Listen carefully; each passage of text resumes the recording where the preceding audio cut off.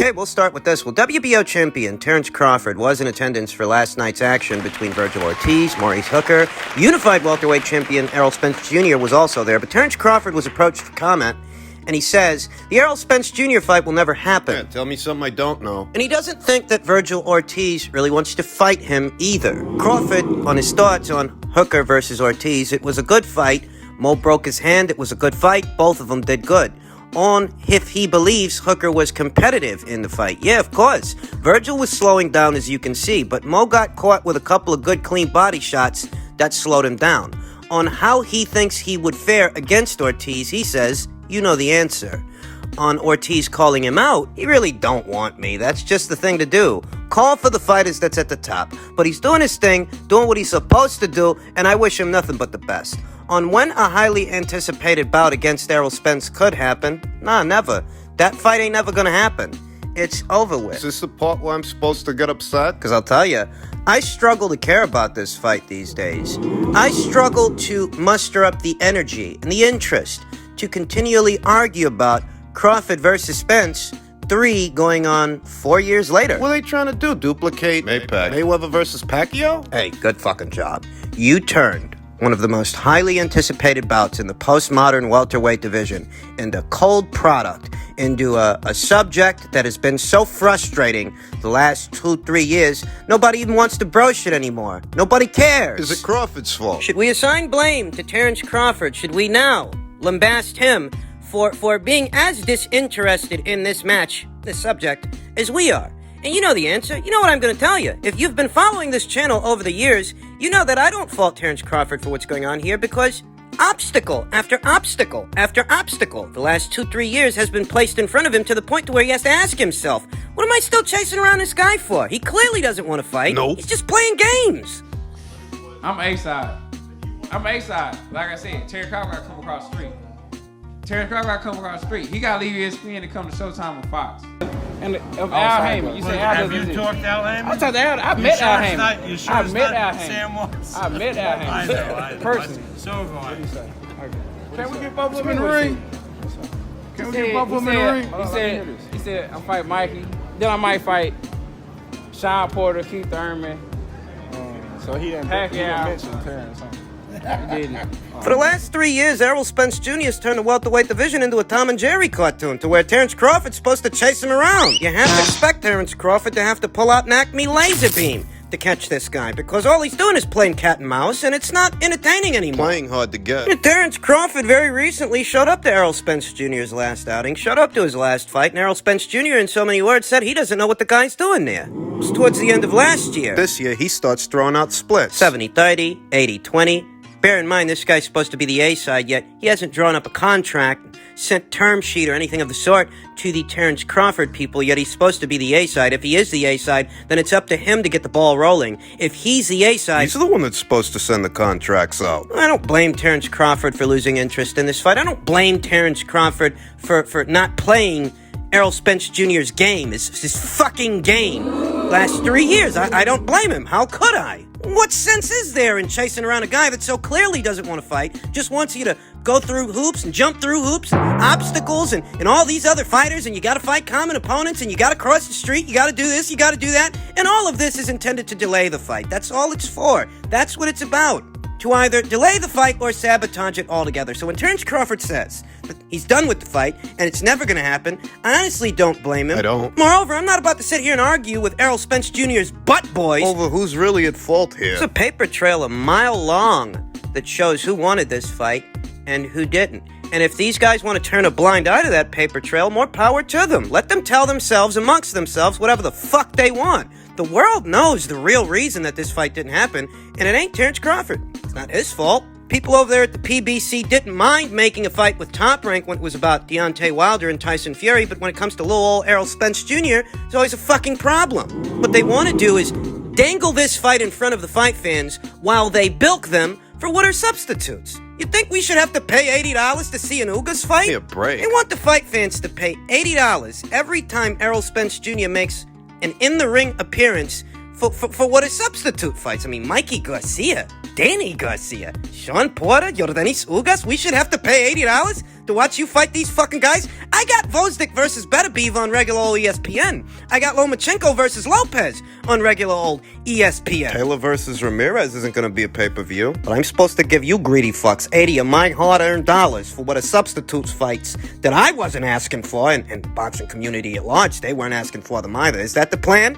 Dangle the fans. Dangle this fight in front of them. Crawford versus Spence, whilst bilking them for what are substitutes. Well, no thank you. I've lost interest. I've lost my appetite, very recently. The talking heads over there at ESPN, Stephen A. Smith, Max Kellerman, they actually have the audacity to categorize this fight as the biggest fight in boxing. What's supposed to be a bigger fight than Joshua versus Fury. Yeah, right. So what does it say about the sport of boxing, the state of it, in this country, when what's supposed to be the biggest fight in the sport is cold product? Doesn't happen. I mean, I don't agree with those two guys. I don't agree with those talking heads. Historically or fiscally, Joshua versus Fury is a bigger fight in every way than this fight is. But hypothetically speaking, if this were the biggest fight in boxing, well, what does it say about boxing given what's going on with this fight? Or should I say, what's not going on? What? What does it say about the American boxing scene? I'll tell you what it says. What I've been telling you all along. This is what happens when a division becomes overrun with American fighters. Sorry, but it's the truth. This is what we're seeing at 135 with the would-be 3 kings or 4 kings or whatever the fuck it is. This is what we're seeing in the welterweight division, a division that is largely populated by homegrown American fighters. What we're seeing is that when a division is overrun with homegrown American fighters, well, that's when the fights stop happening. I'm not losing sleep over this. There are plenty of other fights in plenty of other weight classes happening on a regular basis. Thus, I'm not going to go cry in the bathtub that Crawford versus Spence is dead. I've been telling you guys that fight wasn't going to happen for a long fucking time now. When it comes to Virgil Ortiz calling out Terrence Crawford, saying in so many words, I don't care if I'm ready or not, I want the fight. Look, I think he wants it. Terrence might not believe that Virgil really wants the fight. Maybe he doesn't believe that Virgil's being serious. I disagree. I think Virgil's deadly serious. I think he wants the fight because he's that kind of fighter. I think Virgil wants the fight, but I don't think that Golden Boy Promotions wants the fight for him. Oscar post-fight immediately took to Twitter and tagged Terrence Crawford to a tweet telling him to have Bob call him for what are no doubts preliminary talks. Get the ball rolling. Maybe this is a fight that Golden Boy Promotions would like to make 2 to 3 fights from now, but I hardly believe that this is the next fight that they're going to make. I think that if they're open to making this fight, it's either 2 to 3 fights from now, and therein lies the dilemma. 2 to 3 fights from now, who knows if young Virgil Ortiz will still be able to make 147 pounds. This kid's frame, he could easily fill out the junior middleweight and probably top off at middleweight. He's got a big frame, big strong kid. Very young. What is he, 22, 23 years old? He's young. I don't think that Crawford versus Ortiz happens in the near future, if at all. As funny as this might sound, I think Crawford versus Porter is likelier to happen than Crawford versus Ortiz. This won't be to the detriment of Virgil Ortiz because Virgil Ortiz finds himself in a unique position to tap into the largest consumer market for boxing here in the United States, and that's the Mexican-American fans, the Chicano fans. Virgil, unlike many other fighters based out of the United States, doesn't actually need a belt. He doesn't actually need a world title to sell. He doesn't. The entertainment value of his fights, the following that he is developing, fight by fight, puts him in a situation, puts him in a position to where he doesn't actually need a world title to become a marquee fighter, a marquee attraction. Case in point, look at Ryan Garcia. Look at him. You'd think this kid was a unified champion. with the kind of following that he's got. But he ain't. Something very similar applies to Virgil. Virgil Ortiz can go in there with Blair Cobbs. He can go in there with Igis Kavaliauskas. He could go in there with Rashidi Ellis. He could go in there with a lot of guys. A lot of them. And he's still going to develop a following because he just so happens to have his fingers on the pulse of the largest consumer market for boxing in the United States, and that's the Chicano fans. This doesn't always work for everybody. That's not saying that every single fighter of Mexican descent is going to have this unique opportunity, be in this unique position, the one that Virgil's in, because, you know, Zurdo Ramirez, he ain't all that popular with anybody, Chicano or otherwise. Right. Lukewarm Leo Santa Cruz, I mean... He sucks. Yeah, he's a Mexican fighter, but he's hardly a popular guy. We saw what the pay-per-view numbers were for the Davis fight. Nothing to write home about. It takes a unique combination of things, unique ingredients. Virgil Ortiz and the quality of competition that he's facing so early in his career, at a time when most other young fighters, as young as Virgil, they're facing soft competition. Whereas Virgil, he's taking on really experienced guys. Brad Solomon, Javier Orozco, Mauricio Herrera, Samuel Vargas, more recently, Maurice Hooker, former WBO 140-pound champion Maurice Hooker, in what was a very entertaining fight that had a pleasing aesthetic that anybody can appreciate.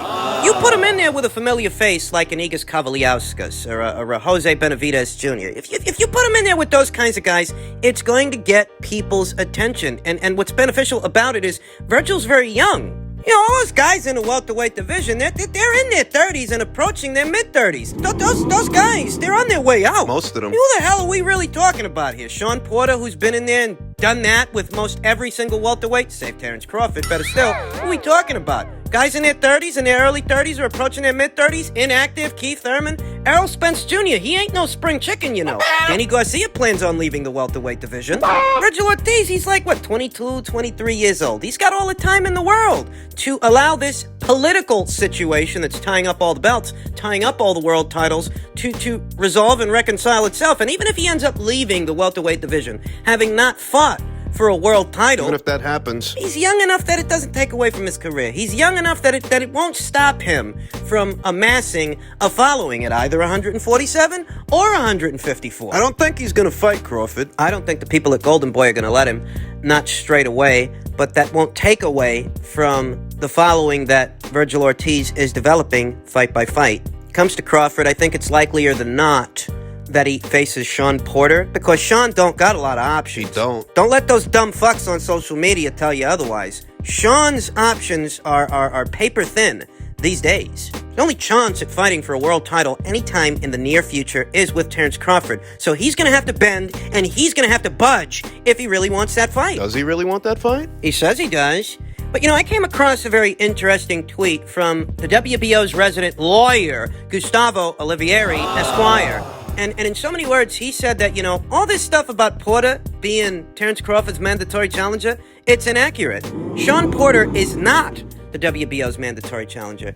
And I'll tell you something. If after all this time that this conversation has been out there in the boxing cosmos, Sean Porter still hasn't hit the gas with the WBO to make him their mandatory, because right now he is their highest ranked contender. He's the number one contender via their welterweight rank standings. And if he hasn't utilized this position to pressure the WBO into making him their mandatory challenger, to thereby force a fight with Terrence Crawford, if he hasn't done this, then you have to question whether or not he really wants this fight, because that's his avenue of opportunity to get it. What the fuck has he been doing all this time? Does he plan on sitting out most of 2021 when he could be pressuring the WBO to make him their mandatory challenger so that he can thereby force a fight with Terrence Crawford if that's what he really wants? Because I told you, he says he wants it, but I'm not seeing anything. Actions speak louder than words. So it is action Sean actually putting into action. In other news, per tweet from Michael Benson, Eddie Hearn has revealed that this year's Matchroom Fight Camp will take place in the Matchroom HQ back garden again.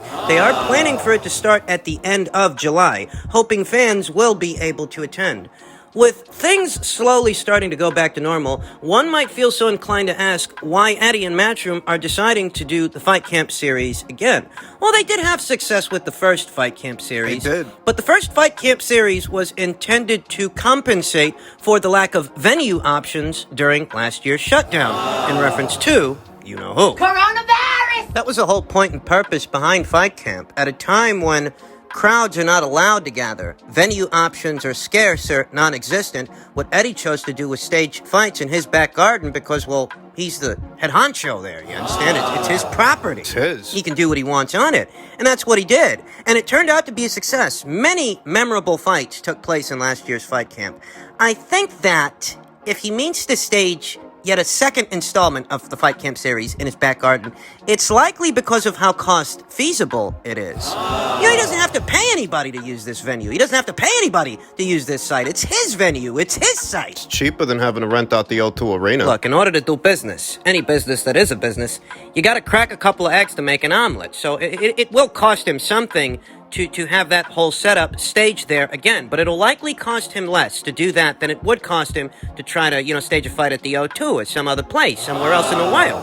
I think what he means to stage are good domestic level cards, good domestic level fights with domestic level fighters in the second installment of the Fight Camp series. I also think it will afford him the opportunity to allow some of his other fighters, some of his other prospects, to make their in-the-ring appearances. April Hunter almost immediately came to mind when I heard that there was going to be another installment of Fight Camp. I think April is the kind of fighter we're going to see make an appearance on Fight Camp. Ellie Scottney, Ramla Ali, these are also fighters that I think, given where they are in their careers, that they're in the early goings of them, the beginning. Right. These are likely other fighters we'll see make appearances on Fight Camp as well. Florian Marcoux, Connor Ben. Chris Billum Smith, who was in action yesterday, up-and-coming cruiserweight. I mean, there's a lot of guys they got over there at Matchroom, a lot of up-and-comers, a lot of young, unbeaten fighters that I could see making appearances on the next installment of the Fight Camp series. And given that Eddie plans on having fans in attendance, he hopes to. That opens a door for a revenue stream that wasn't even there last year. So this could prove to be a very lucrative investment, good flip